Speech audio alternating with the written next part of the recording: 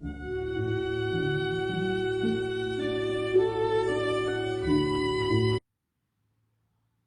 tarde a todos. Vamos iniciar então a nossa exposição a respeito do tema da Lei da Igualdade, dando prosseguimento ao programa de palestras espíritas do Centro de Estudos e Assistência Espiritual Maria Dolores. Então, nessa exposição de hoje, nós estaremos falando sobre as questões 814 até 824 do Livro dos Espíritos, que tratam, dentro do capítulo 9, que é da Lei de Igualdade, a respeito das provas da riqueza e da miséria, da igualdade dos direitos do homem e da mulher e da igualdade perante o túmulo. Bom, então vamos iniciar pela questão 414, e justamente por estarmos falando das questões do Livro dos Espíritos, não podemos deixar de ler textualmente cada uma delas, porque até para evitar que cada um necessite buscar esse material para poder compreender a respeito do que nós estaremos falando.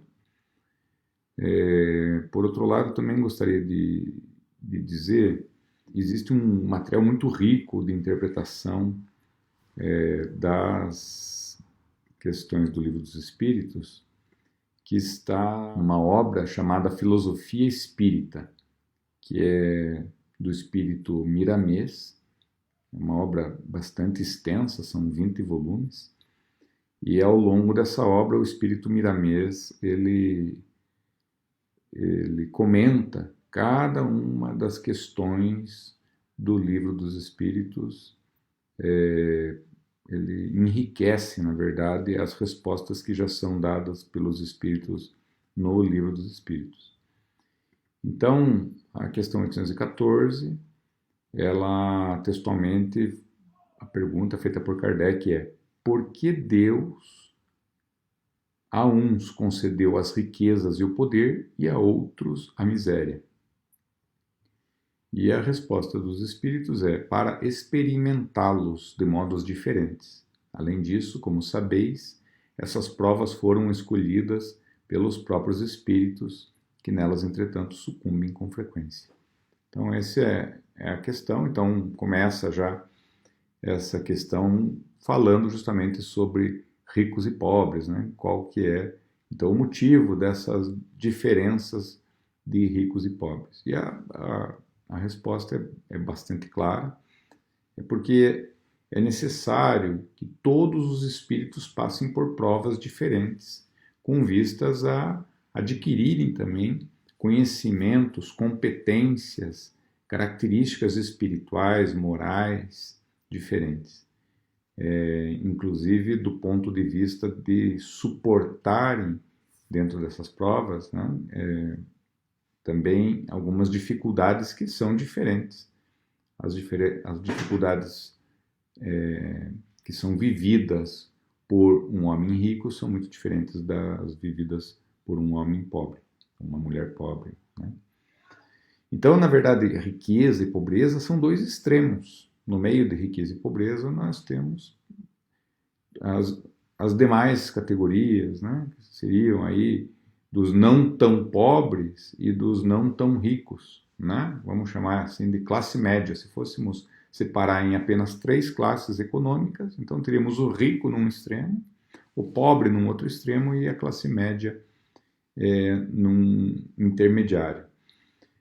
E assim, o rico de hoje pode se tornar um pobre amanhã dentro da mesma encarnação, né? Ou pode ser rico durante toda uma encarnação, ou pode ser pobre durante também toda uma encarnação. Isso vai depender muito da vontade divina, do que foi designado, por que aquele espírito está encarnando na condição de rico, por que ele está encarnando na condição de pobre, quais que são os objetivos da divindade para que ele esteja encarnando nessa ou naquela condição. Então, o objetivo das provas da riqueza ou da pobreza são sempre elevar o espírito, né, até que, depois que ele tenha aprendido de forma eficaz todas as lições que ele precisa aprender e adquirir, então, paz de consciência, né, por ter aprendido todas as lições. Então, ele não precisa mais passar por essas provas extremas, ou se passar, ele com certeza vai sair dela com mais facilidade, né? Então, e essas provas muitas vezes são escolhidas pelos próprios espíritos. Quer dizer, o próprio espírito, por exemplo, passa uma vida na riqueza e resolve na encarnação seguinte viver na pobreza, viver na miserabilidade econômica, por exemplo, para o seu próprio aprendizado. Então, esse é o objetivo, né, então, dos espíritos, de todos nós. É o crescimento incessante ao longo das reencarnações, né? Então, isso significa algo importante. Então, como é algo que é programado na espiritualidade, pelo Espírito, ou se não é pelo Espírito, é concedido por Deus, né? Então, Deus é quem autoriza essa condição de riqueza e de pobreza. Então, ninguém deve se sentir culpado pelo fato de ser rico ou pelo fato de ser pobre. Porque muitas vezes isso foi pedido por nós mesmos ou foi imposto por Deus para o nosso próprio aprendizado. Então, isso não é algo com o que devamos nos preocupar. Nós temos que nos preocupar com o que essas provas precisam nos ensinar, o que elas efetivamente nos ensinam, né? Então, para que elas servem? E do ponto de vista, por exemplo, dos corpos, ricos e pobres, né, possuem corpos idênticos, né? Então, do ponto de vista material, as condições são sempre as mesmas. A recomendação para os espíritos é que muda um pouco, né? Então, para o espírito do rico, né, ou o rico, na sua condição de reencarnado como rico, ele precisa saber o que fazer com essa grande quantidade de bens materiais, econômicos, financeiros que ele tem à sua disposição. Ele precisa usar bem essas riquezas, né? Não deixar que o orgulho, nem o egoísmo comande as suas faculdades de pensar e de agir, né? Então, quando o rico recebe uma grande quantidade de riqueza, seja já no momento da reencarnação, seja num determinado momento da vida, ele precisa entender que o objetivo da riqueza não é ser acumulada, né? Ele deve utilizar essas riquezas para servir ao bem-estar coletivo, ao bem-estar da comunidade, das outras pessoas que estão à sua volta, né? Ou da comunidade como um todo, gerando progresso, gerando empregos. Esse é o objetivo principal das riquezas que são colocadas nas mãos de alguns espíritos.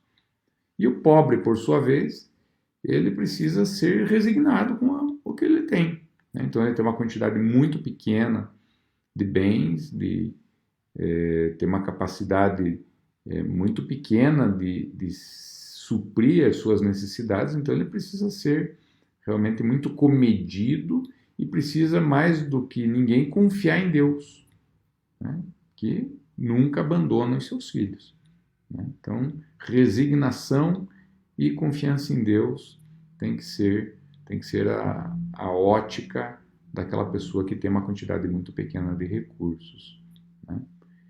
E dentro dessa visão, ambos precisam evoluir. Então, ricos e pobres precisam efetivamente fazer o seu dever de casa, né, para que possam sair dessa encarnação melhores do que quando aqui chegaram. Em seguida, nós temos então a questão 815, que textualmente pergunta: qual das duas provas é a mais terrível para o homem? A da desgraça, ou pobreza, ou a da riqueza? E a resposta dos espíritos é que tanto uma quanto a outra são terríveis. A miséria provoca as queixas contra a providência e a riqueza incita a todos os excessos. Então, as duas provas são muito perigosas, né? Então, mas a gente também tem que perceber o seguinte: nós estamos falando aqui de duas provas, mas existem inúmeras outras provas pelas quais o espírito tem que passar. Aqui nós só estamos falando da prova da riqueza e da pobreza, né?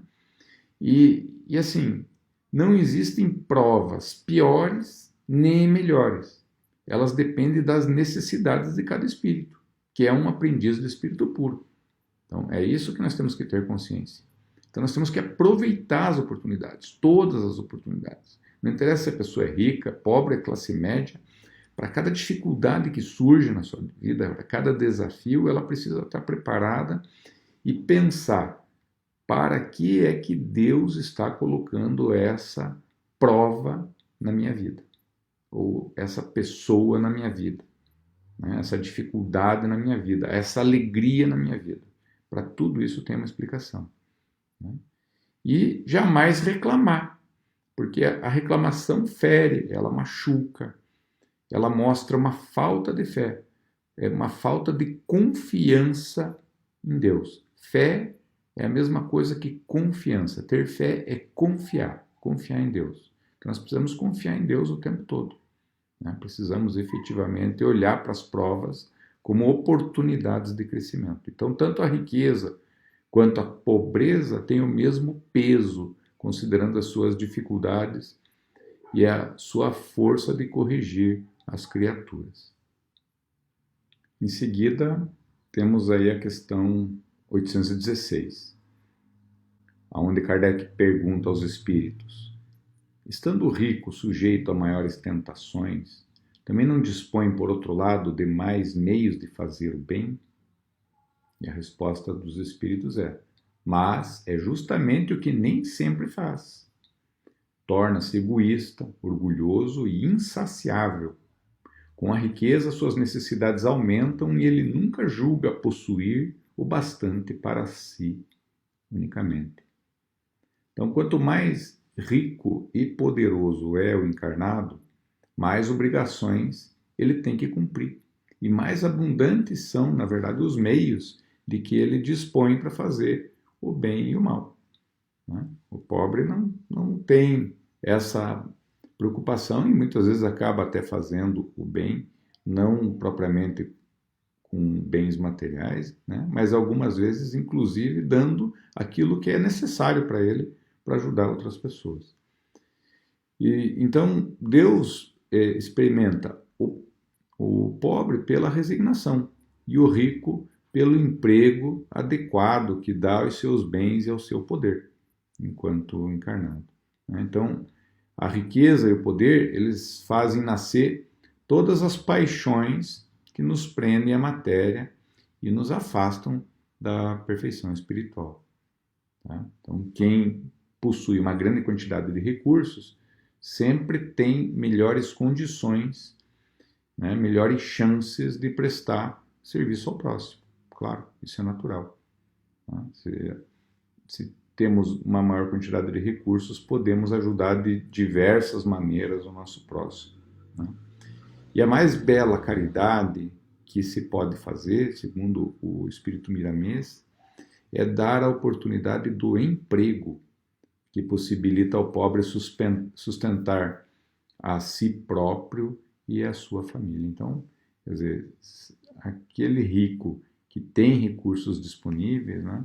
Então a caridade que ele pode fazer não é a da esmola, de dar dinheiro, e sim de dar oportunidade de emprego para que o pobre, então, trabalhando, conquiste o seu próprio salário, né, com dignidade, possa prover as necessidades da sua família com dignidade, através do trabalho e não através da esmola. Então, e o rico ainda pode gerar desenvolvimento, pode promover o progresso, que também são formas adequadas de redistribuição dos recursos que Deus colocou em suas mãos. Então, muitas vezes um determinado espírito tem uma quantidade muito grande de recursos nas suas mãos, e isso coloca para ele uma obrigação de utilizar esses recursos para prover as melhorias das condições de vida no planeta para uma quantidade maior de pessoas. Então, quanto maior os recursos que alguém tem nas mãos, maior as suas responsabilidades para com o planeta. A questão seguinte, que é 817, nós já entramos então ainda dentro da lei da igualdade, no tema da igualdade do homem e da mulher. Então, nesse tema, então, que começa com a questão 817, são iguais perante Deus o homem e a mulher e têm os mesmos direitos? E a resposta dos espíritos é: não outorgou Deus a ambos a inteligência do bem e do mal e a faculdade de progredir? Então, os espíritos respondem com outra pergunta. Né? E, bom, os direitos do homem e da mulher são iguais, mesmo na diversificação dos seus ideais de homem e de mulher, os direitos são iguais. Homem e mulher possuem corpos diferentes, né, com formas diferentes, mas com o mesmo objetivo de vida. Ambos buscam a libertação espiritual. Ambos estão reencarnados para progredir espiritualmente. Esse é o objetivo de todo mundo, né? Seja homem, seja mulher. Não existe nada mais importante para fazermos todos os dias do que buscarmos a nossa emancipação espiritual, nos tornarmos espíritos puros. Somos todos aprendizes de espírito puro. Não podemos nunca nos esquecer disso. E somente estando juntos, o homem e a mulher, eles podem formar uma família. Então, os espíritos do homem e da mulher, eles juntos, em família, eles têm mais possibilidade de progredir, despertando mais depressa, então, para o conhecimento dos seus talentos, do talento de homem e do talento de mulher, né? Mas com trabalhos diferentes, né?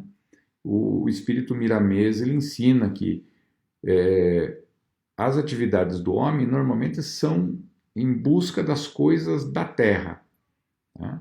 E a mulher, pela sua sensibilidade, ela complementa as atividades do homem, tornando-se esposa, dedicada e mãe. Então, o homem vai buscar fora do lar o sustento da família, né? E é normalmente mais racional do que a mulher. E a mulher cuida da família, né? Cuida do homem quando ele está em casa e, ao mesmo tempo, é ela que recebe no ventre os espíritos que serão recebidos por essa família através da reencarnação pelo ventre da mulher e depois dando à mulher então as primeiras noções de vida para esses espíritos. Então o trabalho maior da mulher é a missão de educar aqueles que vêm para seus braços, muitas vezes através do perdão com as bênçãos de Deus, né? Porque muitas vezes a mulher recebe um antigo inimigo dela ou do seu esposo, do seu marido do passado, né? Como filhos. Então, a reencarnação constitui a bênção maior de todos os filhos de Deus. Então, ela inspira para o homem e a mulher para esse amor universal, para que essas vidas, esses espíritos que precisam da reencarnação para se burilarem, para fazerem desaparecer o egoísmo, né? Possam ser recebidos e possam continuar o seu processo evolutivo, né? E isso tudo se dá através do sexo. Então, o sexo é a força viva que faz unir homem e mulher, através do amor, para que seja possível, então, a reencarnação desses companheiros do passado que vão precisar conviver dentro dessa família para que todos aprendam efetivamente a se amar. A questão 818, de onde provém a inferioridade moral da mulher em certos países? E a resposta dos espíritos é do predomínio injusto e cruel que sobre ela assumiu o homem, é resultado das instituições sociais e do abuso da força sobre a fraqueza. Entre homens moralmente pouco adiantados, a força faz o direito. Então, isso ainda nos dias de hoje pode ser visto no nosso planeta. No ano 2020 ainda, cerca de 50 países, principalmente na África e no Oriente Médio, permitem ainda a poligamia. Né? Nos países, alguns países árabes, alguns países islâmicos ainda permitem a poligamia. Ainda temos feminicídio, ainda temos violência doméstica que normalmente se dá contra a mulher. Né? Esses são alguns exemplos ainda da crueldade sobre a mulher no mundo atual. Então não é algo que já tenha ficado para trás, isso ainda é visível, talvez não no local, na cidade, no país onde a gente vive, pelo menos não com tanta frequência, mas em alguns lugares isso ainda é muito frequente. No passado, alguns teólogos chegaram a dizer que a mulher não tinha espírito, porque ela tinha sido feita da costela de Adão. Né? Então foi uma interpretação literal, equivocada da Bíblia, né? De que a humanidade havia nascido de Adão e Eva, e que Eva cometeu muitos erros e deu nascimento a muitos distúrbios que fizeram paralisar ou retardar as manifestações do amor de Deus para com a humanidade. E daí chegaram a dizer que a mulher então não tinha espírito. Né? Então, mas isso tudo é muito claro hoje, especialmente para nós espíritas. O Livro dos Espíritos mostra a igualdade da criação do homem e da mulher, suas diferentes características, mas tendo os mesmos direitos e deveres perante Deus. Né? Então, lembrando que o espírito, propriamente dito, ele não tem sexo. Os corpos que o espírito usa nas suas vidas sucessivas têm diferenças uns dos outros, homem e mulher, né? Para que se tornem complementares às suas necessidades. Então, algumas encarnações precisamos nascer como homens, outras precisamos nascer como mulher, para que tenhamos o aprendizado completo de todas as experiências que Deus preparou, né, para cada um de seus filhos. A questão 819, ela diz o seguinte: com que fim mais fraca fisicamente do que o homem é a mulher? E a resposta dos espíritos é: para determinar funções especiais ao homem, por ser o mais forte, os trabalhos rudes, à mulher, os trabalhos leves. A ambos o dever de se ajudarem mutuamente a suportar as provas de uma vida cheia de amargor. Olha só. Então, já dá aqui a própria questão 819, ela dá essa noção de que nesse mundo, especialmente no mundo de provas e expiações, não podemos esperar que durante a nossa reencarnação as nossas famílias sejam efetivamente felizes. Então, homem e mulher certamente são diferentes nas suas estruturas físicas, cada um tem funções diferentes que se completam na união entre os dois. Então, quando se unem, um supre as deficiências do outro para que eles consigam, então, avançar de forma mais eficaz. Enquanto a alma não despertar todas as suas qualidades espirituais, no homem e na mulher, um vai continuar precisando do outro. E os dois, além disso, necessitam de todos os seus amigos, né, na troca desses valores indispensáveis para a vida, e ao mesmo tempo necessitam esquecer o orgulho e o egoísmo. Essa é a missão mais importante que todos nós temos, esquecer o orgulho e o egoísmo. A mulher, sendo mais fraca fisicamente, deve cuidar então, dos trabalhos mais leves, né? O trabalho do lar, especialmente, enquanto o homem dedica-se aos trabalhos mais racionais e mais pesados. Um completa o outro para a paz e o bem-estar da família. Dessa forma que eles se completam.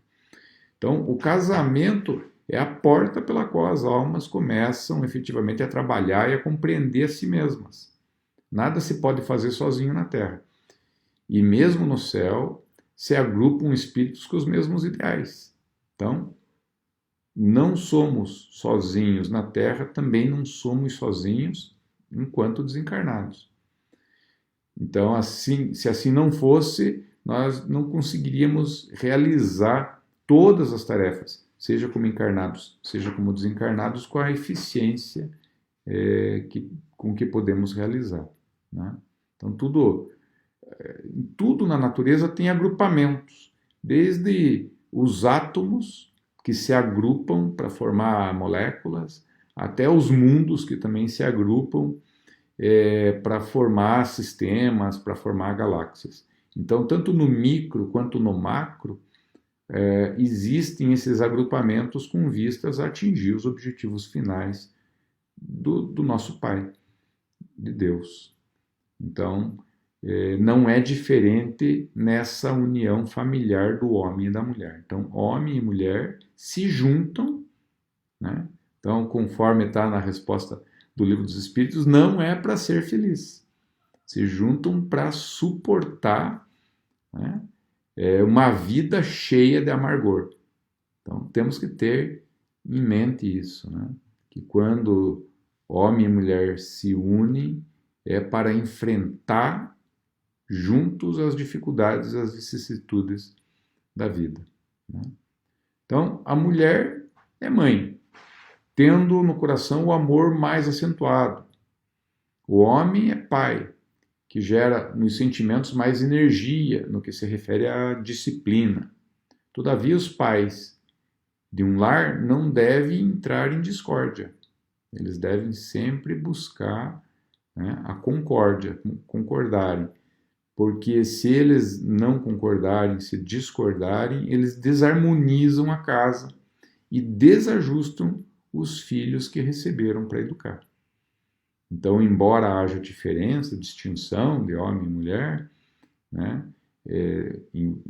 sobre vários aspectos, né, eles precisam buscar essa conciliação, essa harmonia, para que os filhos não recebam o impacto dessa discórdia eventualmente dentro do lar. Tá? Além disso, o casal não deve murmurar. Então, murmurar no sentido de olha, está havendo dificuldade desse ou daquele tipo, né? Independente da dificuldade pelo qual o casal, a família esteja passando, é dever do casal, dos dois, compreender um ao outro em todos os aspectos da vida, para que a vida em casa possa entrar em sintonia com o Evangelho de Jesus. Os filhos têm muita facilidade para copiar os pais, né? Condicionando o que eles veem, o que eles ouvem dos seus genitores. Então, a responsabilidade é muito grande perante Deus, né? Quando, eventualmente, os filhos acabam distorcendo a sua visão mesmo em função do comportamento dos pais. Quando o homem e mulher dominarem todas as suas paixões, sentindo o amor puro no coração e amando verdadeiramente, a sua dependência será somente em relação a Deus. Então, daí o homem deixa de depender de ter uma mulher, mulher deixa de depender de ter um homem, quer dizer, o espírito, a partir do momento que ele não precisa mais nem reencarnar, é claro que ele não precisa mais de ter um sexo, né? Então, se ele não tem mais sexo, ele não necessita mais reencarnar e constituir família. Então, é mais ou menos como Jesus, né, que está permanentemente em comunhão com Deus. A partir do momento que nós não precisamos mais dessa experiência de homem e de mulher, significa que nós já estamos aptos a prosseguir na nossa marcha evolutiva, porque já aprendemos tudo o que precisávamos aprender. Na questão 820, nós já falamos a respeito da fraqueza física da mulher. Então, Kardec pergunta: a fraqueza física da mulher não a coloca naturalmente sob a dependência do homem? E a resposta dos espíritos é que Deus a uns deu a força para protegerem o fraco e não o escravizar. Deus apropriou a organização de cada ser as funções que lhe cumpre desempenhar. Tendo dado à mulher menor força física, deu-lhe ao mesmo tempo maior sensibilidade em relação com a delicadeza das funções maternais e com a fraqueza dos seres confiados aos seus cuidados. Então, Miramês esclarece que aquilo que Kardec chama de dependência não é escravidão, e sim uma situação indispensável para o complemento da aquisição do estado de felicidade na Terra. Então, a vida deu à mulher menos força física, entretanto, dotou-a de sensibilidade maior, como que buscando nas regiões espirituais ideias e condições elevadas como uma ponte da terra ao céu, para que ela pudesse educar os filhos com o amor que lhe compete doar para esses filhos. Né? Então, o homem encarnado tem a razão mais apurada para as devidas atividades que necessita, né, como provedor do lar, e a mulher tem a razão e a intuição. Né? Aliás, desculpe, o homem tem a razão e a mulher tem a intuição. Então a mulher age em favor dos filhos e do lar mantido em paz, através das suas renúncias. Ela ganha muito como espírito, ela progride muito como no papel de mãe, né, dentro do lar. E o dever do homem é suportar, então, todas as adversidades do mundo, vencendo-as para receber, né, essa coroa da vida no mundo espiritual, né, desses enfrentamentos que ele tem no seu dia a dia.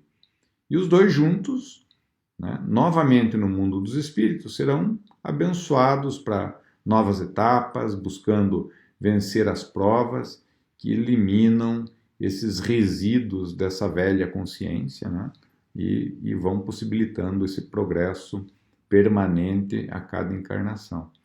Isso quer dizer que não existe dependência negativa da mulher em relação ao homem, né?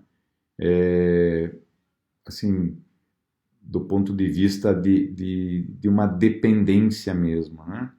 É mais no sentido de amar e servir em nome de Jesus. Tá? É de resignação mesmo. Então, Deus nos coloca nos lugares apropriados para o devido despertamento dos valores imortais da vida. Quem abusa das oportunidades responde pelas distorções que praticar, seja homem ou mulher.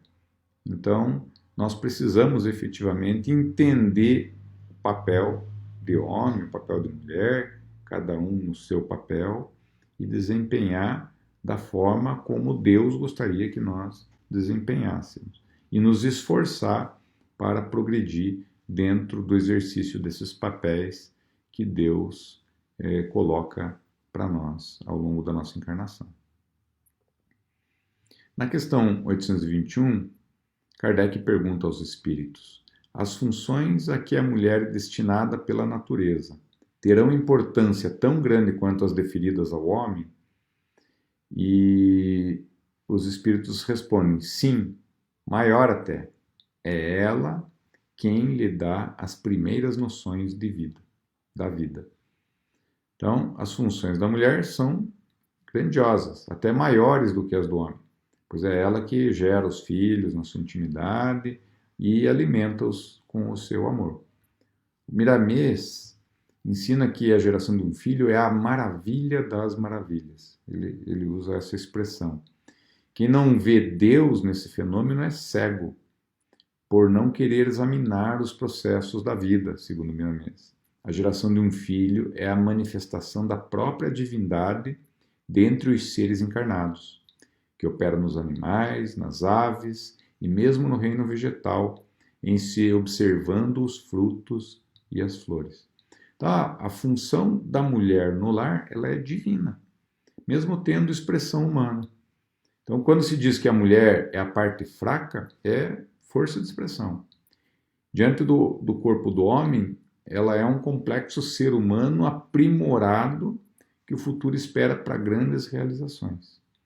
Então, não se trata de desprezar o homem, que ocupa na vida funções grandiosas também, né? Cada um no seu lugar, onde Deus põe as criaturas, né, juntas, homem e mulher, para uma co-realização de muitas coisas, buscando cada um a sua própria paz. Então, um ajuda o outro para o seu crescimento recíproco. Se Deus nos fez homem e mulher, quem somos nós para menosprezar a vontade de Deus? Então, Deus teria agido errado criando homem e mulher? É claro que não, né? Então, a razão do Espírito tem pouco alcance, né, no que tange a essa verdade para compreender completamente. Provavelmente, dentro de algumas encarnações, nós vamos conseguir entender mais profundamente o objetivo da divindade de criar homem e mulher e destiná-los a viver conjuntamente em família. Somente Deus sabe de tudo. Sendo onisciente, onipresente, Ele gera a vida sem erro. Precisamos ter essa convicção, né, como filhos dele.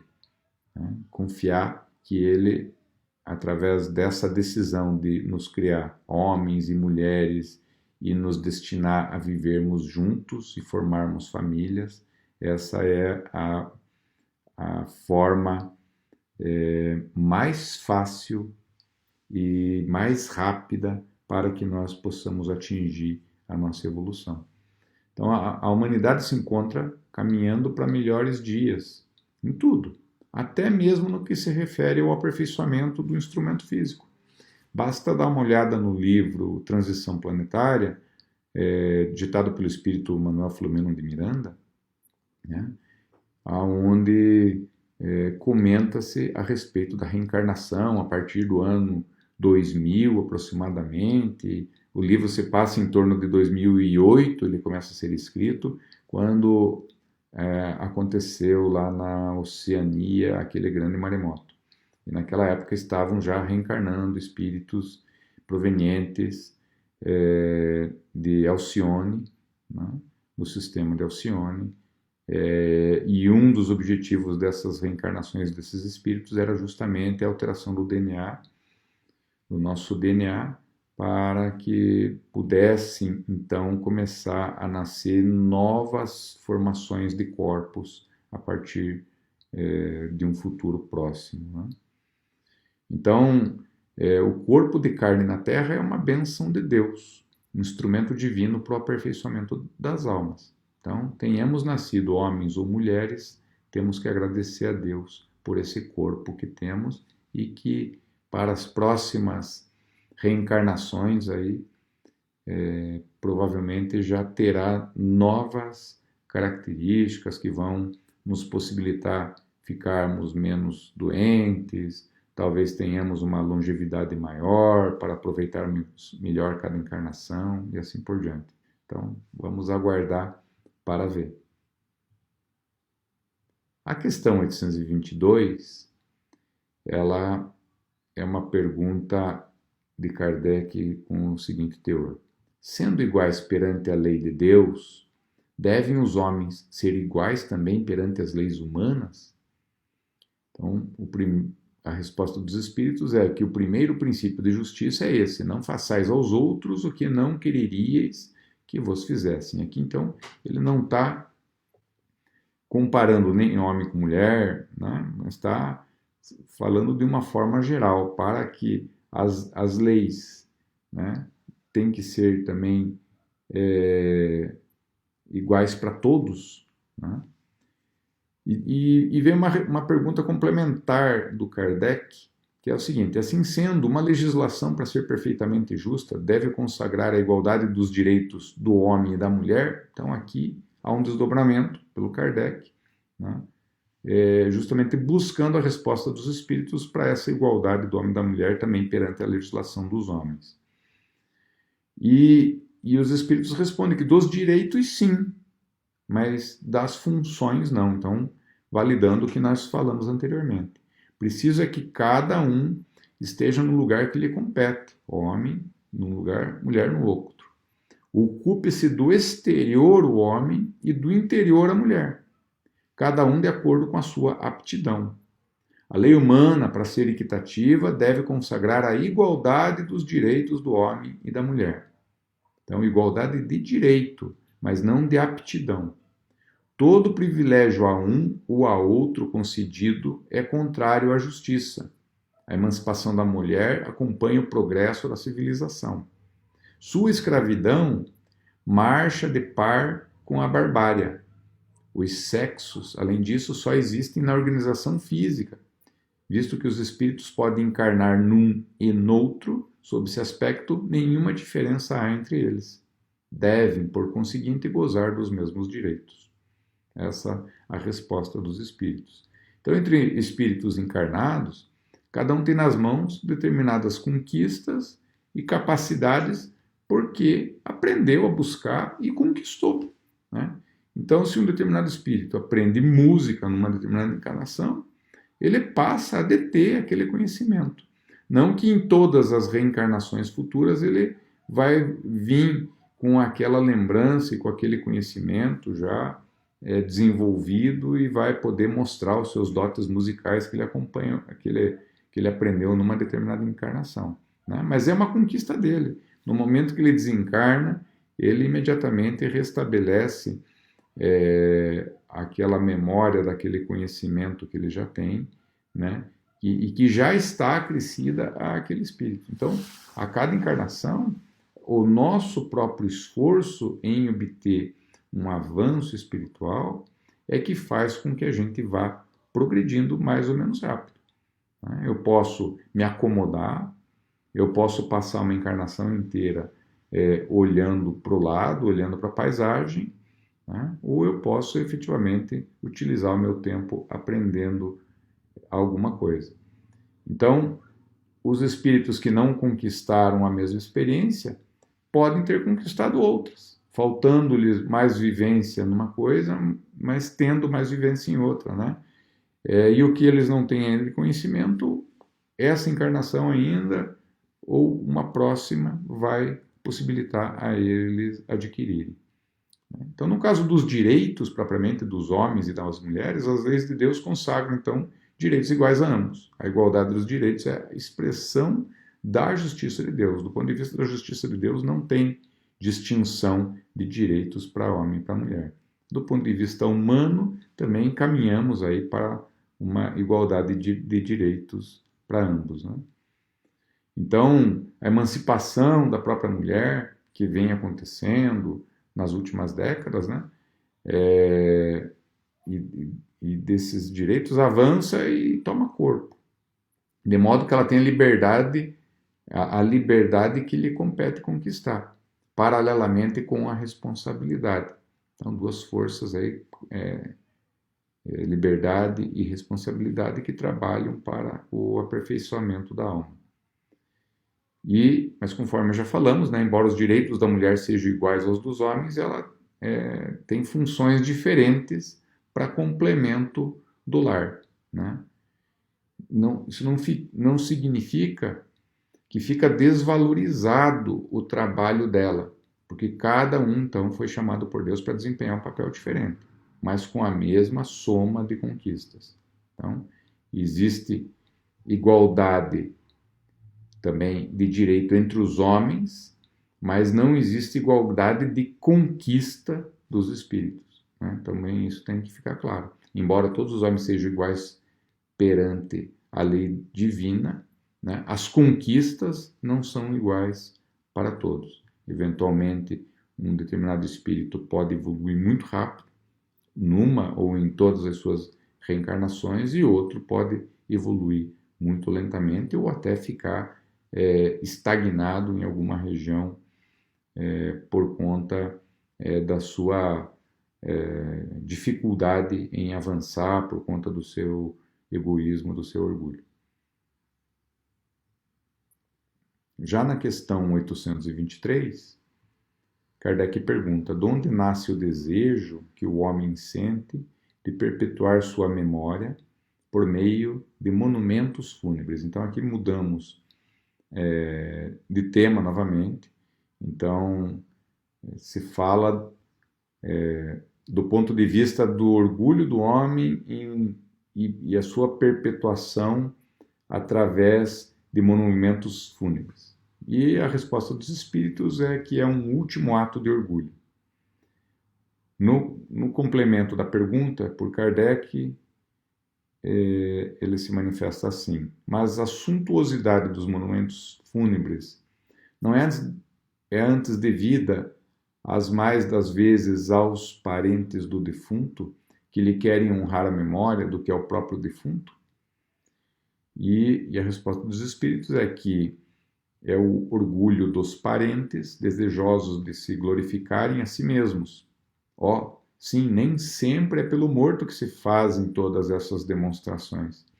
Elas são feitas por amor próprio e para o mundo, bem como por ostentação de riqueza. Supõe, porventura, que a lembrança de um ser querido dure menos no coração do pobre, que não lhe pode colocar sobre o túmulo, senão uma singela flor? Supões que o mármore salva do esquecimento aquele que na terra foi inútil? Então, os espíritos são muito incisivos aí. Então, as sepulturas monumentais de alguns poderosos da terra, elas são construídas pelo orgulho e pela vaidade, né? Seja pelo próprio morto antes da sua desencarnação, seja pela família do morto, né? Mas tanto num caso quanto no outro, para mostrar para a sociedade que a família do morto é poderosa, é rica, né? Então, o homem, muitas vezes, a caminho da morte, né, quando está prestes a desencarnar, ou desencarnando, já sente a desilusão dos bens materiais, no caso do rico, né? Não se interessando por essa ostentação. Ele percebe que não tem sentido essa ostentação de um túmulo suntuoso e assim por diante. O pobre, nesse sentido, ele é mais ajustado, porque ele não sofre essa perturbação dos que ficaram, né? As grandes sepulturas, elas poderiam ser transformadas pelas famílias ricas em casas, por exemplo, para os que se encontram ao relento, construídas, por exemplo, em nome do morto. Esse gesto seria um alívio para a consciência do próprio morto, como também para a família do morto que permaneceu reencarnada. Então, é uma outra finalidade que pode se dar para esse dinheiro que se gastaria num túmulo suntuoso, por exemplo, que normalmente não é algo barato de se fazer, né? Então, o custo do túmulo suntuoso poderia também ser convertido em alimento para ser oferecido aos famintos, por exemplo. Então, esse orgulho dos parentes atinge o desejo de glorificar a si mesmos, na verdade, pouco pensando no bem-estar daquele que efetivamente foi sepultado, mas sim em permanecer em evidência, né, em alimentar o seu próprio orgulho. Então, o orgulho e o egoísmo são tão fortes e poderosos que acompanham quem os possui, mesmo depois do túmulo. No caso do desencarnado, né, aquele desencarnado que foi muito materialista e continua materialista depois de desencarnado, né, esse orgulho e esse egoísmo, eles envolvem o espírito nas suas sugestões inferiores e levam a sofrer todos os tipos de tortura que eles possam imprimir na sua consciência decorrente dessa vida de orgulho e de egoísmo. É por isso que a reencarnação é uma bênção de Deus, pois ela nos dá essa oportunidade, né, de nos desfazermos desses dois grandes monstros, aí, o orgulho e o egoísmo, que, segundo Miramês, são os que devoram as oportunidades dos seres humanos e prendem os espíritos, mesmo no mundo espiritual, em situações difíceis de se libertar.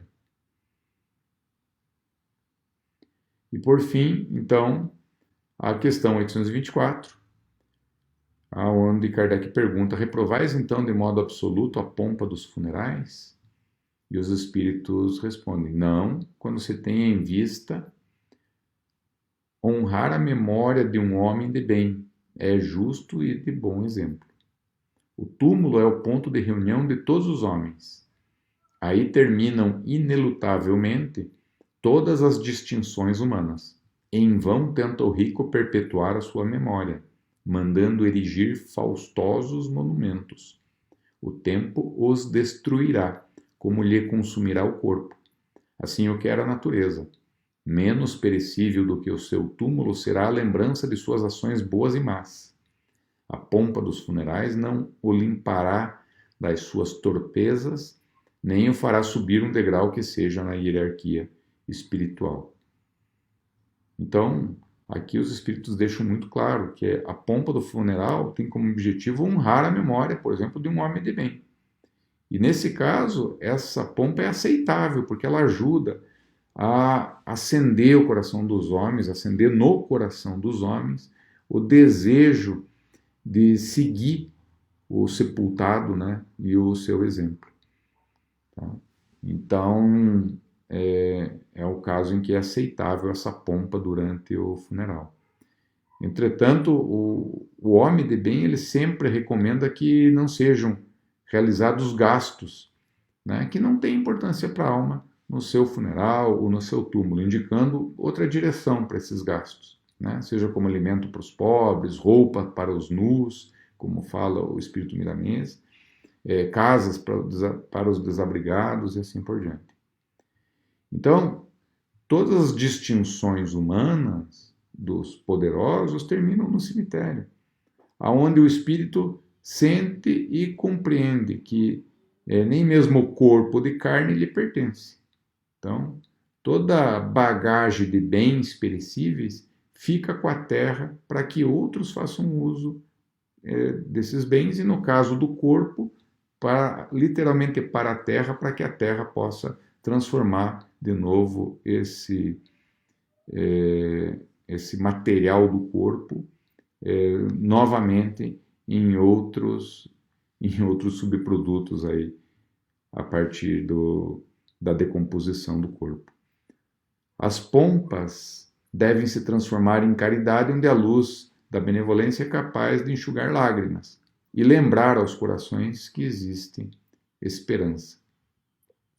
Então, o próprio Evangelho nos diz que devemos deixar os mortos enterrarem os seus mortos.